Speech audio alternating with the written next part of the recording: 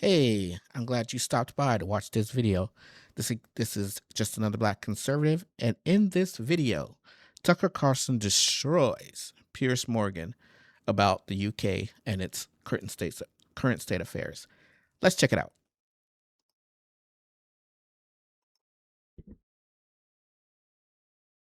On balance, London in particular has been almost a template actually for tolerance and cohesion and multiculturalism at its best. The stabbings you're talking about. Well, let's talk about the stabbings. The murder rate in London, do you know what it is compared to any major city in America? Probably much lower, I would think. It's Just way lower testosterone level here. I mean, you can feel it too. Yeah, in the that's men's true, room actually. Every time. Tucker just said the testosterone level in London has plummeted. Look at his face. All right, let's go. Oh, I'm aware. That's I'm true. aware. But look, You have the worst murder rates. Oh, I know. And by the way, we always have, which Right. is interesting. Yeah. And there are a lot of factors for that. And it's one of the saddest things in my country. I would never defend. The murder rate in London, for example, I checked before I came and saw you because I thought you'd You think ask. London's a better city than it was 40 years ago, 50 years ago? Well, statistically, the murder rate is actually been plummeting in London. Do you know Which any? I'm good. I'll tell you the problem in London. What we really need in London. Wait, do you think it's a better city than it was 40 years ago, for real? Yeah.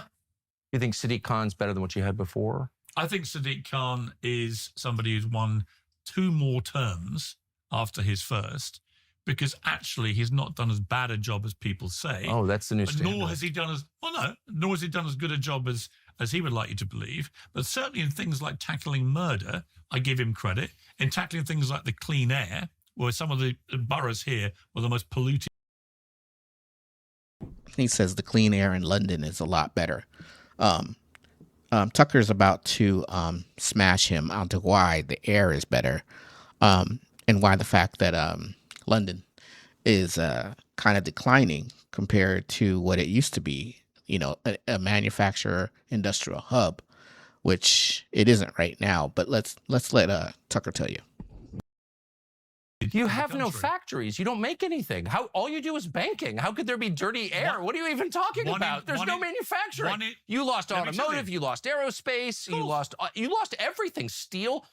It's clean air because people are idle. Actually, they're delivering food to people who work at banks. That's it. There is more traffic now in London than there was even. Pierce does this all the time. He never addresses the argument. He always goes on to something else. Like Tucker says, well, there's no industrial base in London anymore. There's no more manufacturing. And Pierce jumps over to be like, well, there's no murders. Okay. 4 years ago. I'm sure. Right. So that's called tourism. So my borough, Kensington and Chelsea, for example, 1 in 12 people, there was a big study on this a few years ago, 1 in 12 people were dying from pollution-related illness, right? I had a lot of issues, which I thought were allergy issues. Eventually, I was told, right, here's what you should do. Check your air quality app every morning. When it's really high, don't go out and shut the windows. Secondly, get air purifying machines in your house for the rooms you use. I did both. Guess what? I've had no problem since. And I didn't have any allergies. Well, that's amazing. Well, and all it cost was the total destruction of your economy. Exactly. All it cost was the fact that you don't have an industrial base or manufacturing base in your city anymore. Why not spend the time to figure out how to do these things with cleaner rather than get rid of them and then,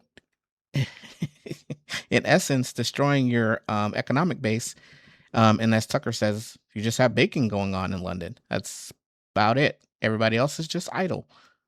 So, why do you think the air was polluted before? Well, because people were burning. Our economy has not been destroyed. We're still one of the biggest economies in the world. What is the economy here? What's it based on? What do you mean? Like what's the British economy? I look at the economy of, I don't know, Wales in 1900, and it's like, it's coal. They dig coal, people burn it. That's what their economy is. Look at the economy of Sheffield or Birmingham 100 years ago. Well, of course, it was steel making. What's the economy? There's still a lot of manufacturing in the UK. A lot of but as a percentage, your economy... percentage of manufacturing would be a lot less. A lot less? It's almost non-existent. Yeah. Right. So but we still have one of the biggest economies in the world. Now, but what is that economy based on? A lot of things. Okay, what's the main one?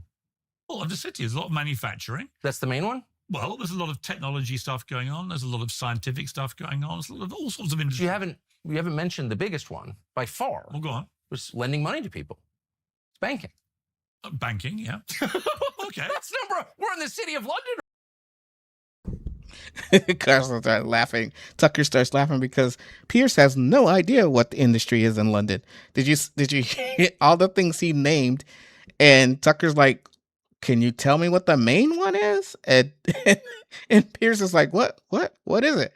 And Tucker doesn't even live in London and knows it's banking, it's investing, it's loaning money to people. Oh my God, it's funny. Right now. Sure. How many things are being made in the city of London other than debt? It's one of the financial hubs of the world. We're right in the city here. I know we're sitting in the city of London right now, run by City Con. Right. But again, it's not as bad as people think it is. But hold on. Is that really an economy? If your economy is real estate, that's London's other big economic center, is buying and selling and leasing pieces of property again and again to different people. Nothing's being created. But that's not true. That's not true. We are creating things here. A lot of things. Like what? There's a lot of money. Barada, okay, yeah, there's a lot of course there's a lot of money because people from around the world stash their money here because it's a system based on fairness. There's a lot of manufacturing, not as much as there was 80 years ago. How much is in London, man, your biggest city, the dominant city? I don't know the percentages, so we'd have to check. Pretty much, unless you're talking about like burritos being manufactured or whatever, I don't think there's really any. The bigger problem for us is not what economy we're doing. It's how we manage the economy. So it doesn't matter where the money comes from? No, it does. But successive governments have dragged us to a place where we have almost zero growth. Without growth, you can't have a successful, thriving country. That's not true. Have you been to Japan? It's like the most successful, thriving country in the world. It has had no growth for a long time, not real growth. And we've gotten these lectures from the bankers for like 30 years. Japan is dying. Ever go to Japan? There are 4-year-old girls in the subway alone. There's not one speck of litter in all of Tokyo, and it's one of the biggest cities in the world, 12 million. It's an incredible society. It's the opposite of New York, London, Baltimore, Detroit. It's incredible. I know you've been there, and I know you've had these naughty, forbidden thoughts like, wait a second, I thought we dropped a bomb on them. How are they so great? No. I like going to Tokyo. But no growth. How'd they do that with no growth? No. I was assured by libertarian economics, if we had no growth, things would be bad. Look at this. I like going to Japan, but I wouldn't swap it for London. Right. Fair. You're English. That's kind of the point. Right. This is your homeland. I genuinely do love London. No, I bet you do. When I lived in America full time, I really missed a lot of the I hope so. This is where your ancestors are from. I get it. Yeah. That's the whole point. That's the whole argument I'm making. Wait, there's 4-year-old girls in the subway of Tokyo alone? Just chilling? In a clean city? With no growth? How do they do that? Discipline? Control, understanding of a society that is homogeneous, that runs efficiently. What an accomplishment. It matters where you're from. The culture really matters. It's not about growth. It's not about any of this crap. It's about, am I on the same page with my neighbor? Do we have something in common? Do we have the same gut instincts about things? Those are the most important questions there are. But economic prosperity raises all the ships. Has that been true here? It should be true. Is there more poverty in London now than there was 40 years ago? There's more child poverty. Yes, I know. In fact, the child poverty rate is worse here than it is in America. A lot worse. The general poverty rate. So how is this so great, even though they have Barada? The general poverty rate is actually lower than it is in America, but child poverty specifically is there anything that matters other than child poverty? Probably not. No. Not really. So I agree. Look, I'm not slagging on. I love your country. I really thought a lot about this since I was so mean during that conversation. I was just wounded because I feel like the destruction of Britain has effects on our entire Anglo civilization. Did you actually look out and see a destroyed country? No, this is beautiful. I mean, this is, again, this is the rich part of town. I could take you to Manchester, Birmingham, Glasgow, Cardiff. I could take you to... How are they doing? They're all doing great. Much better than you think.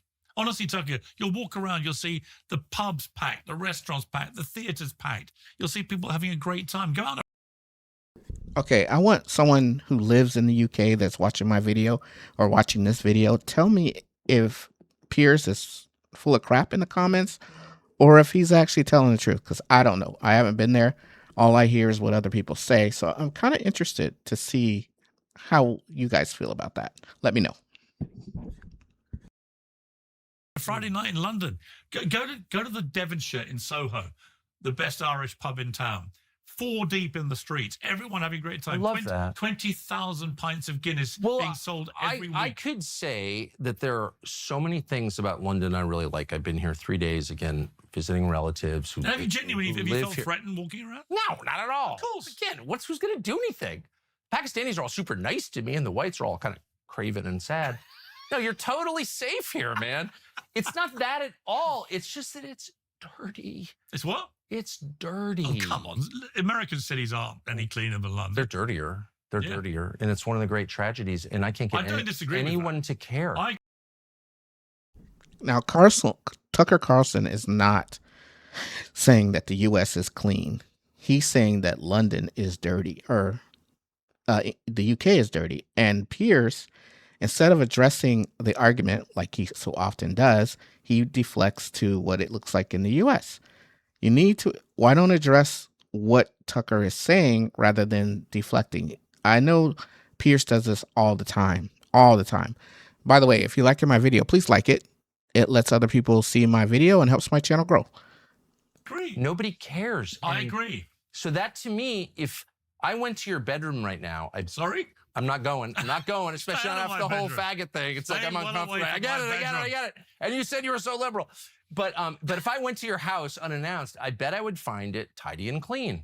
Yeah. And I bet I would find that just because you have a housekeeper. I don't even know if you do, but because you care, because you have self-respect. Right. That's why you shave in the But I agree with that point. I think the self-respect part, I totally agree with you. We've lost that. We've lost the British were legendary for our politeness, our manners, our calm.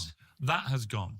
We've really, Dude, that's everything. No, but I totally agree with you. So when you talk about the cultural stuff that I really regret that has gone out of fashion, if you like, it is things like that. It's things like, a British person used to speak well and open doors for women and things like that. Now that's frowned upon, right? The kind of screaming radical feminists have made it almost a taboo thing. Young men in particular do not know how to behave. When I'm out with them, I notice they don't stand up when women walk into a room or to a table.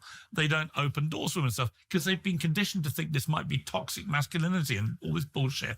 That kind of stuff really worries me. Do you ever wonder where it comes from?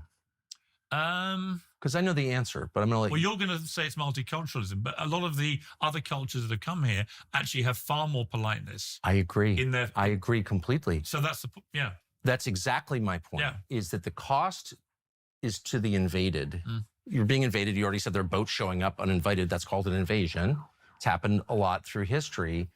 And it's the people who are conquered, who are vanquished, who suffer. The immigrants all seem kind of happy. It's better than Bangalore, or wherever. We don't feel conquered. But you are, though. No, I mean, if people are showing up in boats in your country, I don't know what to do about them. Well, how about sink them? I mean, what? You really think? To put it in perspective. Lord Nelson would put up with this? Put it in perspective. In the last 5 years, we've had about 200,000 people come over our southern border. In the last 5 years in America, until Donald Trump got a grip of it, you have apparently 10 million come over the southern border. Oh, more. Right. So I'm afraid there is no comparison. Why we have a little problem. You had a gigantic problem. Let me add an amen, as we say in the Black church. That I totally agree. And that's why Britain is so interesting, because for 2 reasons. One, the people who are being invaded and replaced are the native population. They're the Iroquois of the British Isles. They've been here forever. Their ancestors' bones are at Stonehenge. There's no debate about that, though they pretend otherwise, but that's just a fact. So eliminating indigenous populations is like kind of a sin, I thought, but it's happening here and in Ireland and in Scotland and in Wales. A. B. Hang on, they're not being eliminated. Of course they are. Okay, so Piers is saying that it's not as many people coming into the UK as there is coming into the US. Yes, that's true. The U.S. population is a lot larger than the U.K. So it doesn't take as many people to move into your area to displace people. So you got to do it. This is another problem that Piers has. Piers has a problem with per capita. Like, he doesn't understand. I think he understands it. He just acts like he doesn't. So when he's making his comments, and actually, if you ever watch Piers, when he's getting ready to make a point where he's digging into his brain to try to come up with a way to counteract what someone is saying, he always rubs the back of his head. Have you ever noticed that about Piers? Drop in the comment if you ever noticed that. Look at the birth rates. What are their birth rates? That's not an elimination. Of course it is. Over time it is. Look, that is people taking a decision about their own lives and not having enough children, or as many as they used to have. Well, that's not an elimination. A process. No one's forcing them. No. No one's telling the white population of this country, you can't have more than one child. Well, that's kind of the point that I'm making. No, they're not, though. Well, whatever they're doing, I mean, they're certainly encouraging. They're aggressively encouraging. They're aggressively encouraging homosexuality. Use the F word and you go to jail. No, what is that? You can't. If you want to know who's in charge, you can't criticize. You can't use the word faggot. What? No one's aggressively encouraging homosexuality. This girl went to jail for using a naughty word about gays, dude. They're not encouraging it. What do you think that is?